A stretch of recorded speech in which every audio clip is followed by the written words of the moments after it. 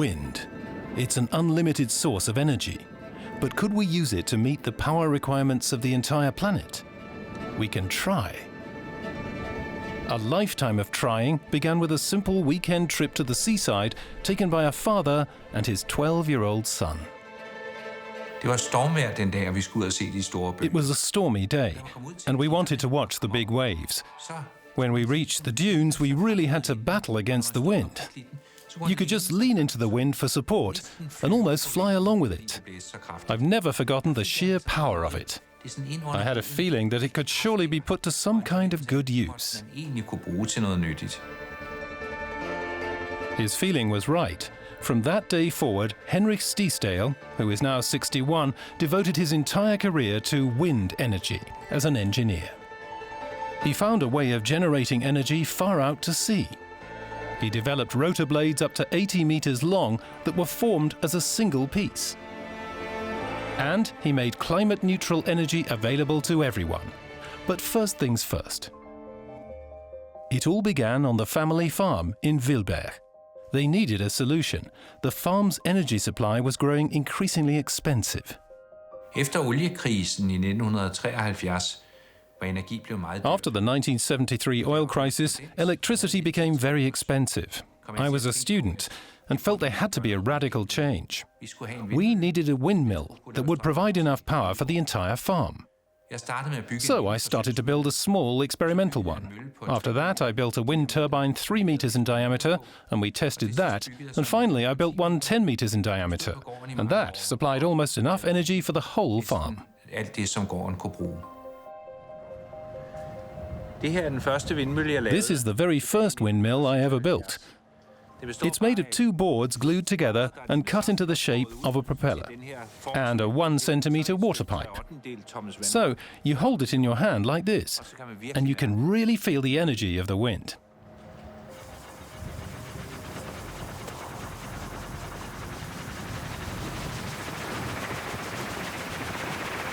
Now you're talking. These experiments made him eager to continue. In 1978, Henrik Stiesdal designed his first commercial turbine. It had 3 rotor blades. That was far better than the conventional 2 they had back then. The rotor blades were positioned at the front of the tower and aimed into the wind automatically. And the wind turbine also had a generator, so it could slow down in a light wind and run quickly in a strong one to achieve a maximum degree of efficiency. For the wind industry, this approach was a revolution. The classic designs until then had been based on propellers from the aircraft industry. Henrik's turbine with 3 rotor blades was far more stable and efficient, and it paved the way for the so-called Danish concept, the dominant concept behind the design of wind farms from the 1980s right up to the present day. The young Henrik Stiesdal kept on improving his turbines in the years that followed. It was in 1991 that he finally realized a mammoth project: the construction of the world's first ever offshore wind farm in Vindeby. Once again, he designed the turbines. And not only that, when the quality of the rotor blades failed to live up to his standards, Henrik Stiesdal came up with an entirely new concept. In the mid-1990s, we had big problems with the quality of the rotor blades. At the time, they consisted of 2 sections, glued together, and the glue connection was the weak point.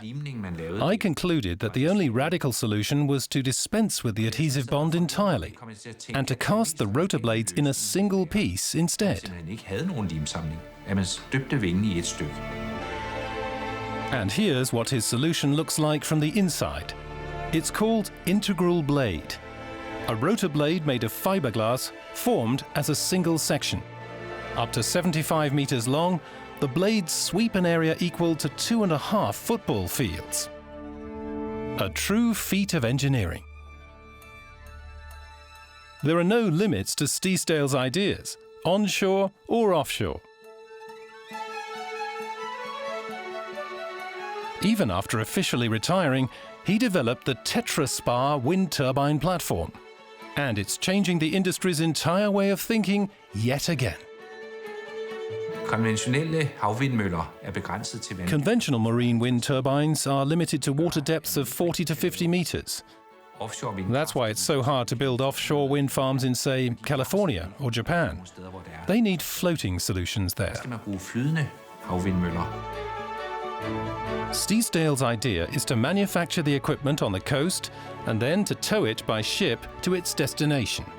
There, the ballast tanks are flooded with water, making them sink. So the platform is not fixed rigidly to the seafloor, but anchored using cables. That saves time and money. Steesdale estimates that these floating wind turbines could reduce the cost of offshore energy by up to 75%. So, could wind energy really cover the power requirements of the entire planet? It hasn't yet. But if it ever does, that success will largely be due to Henry Steesdale and his inventions.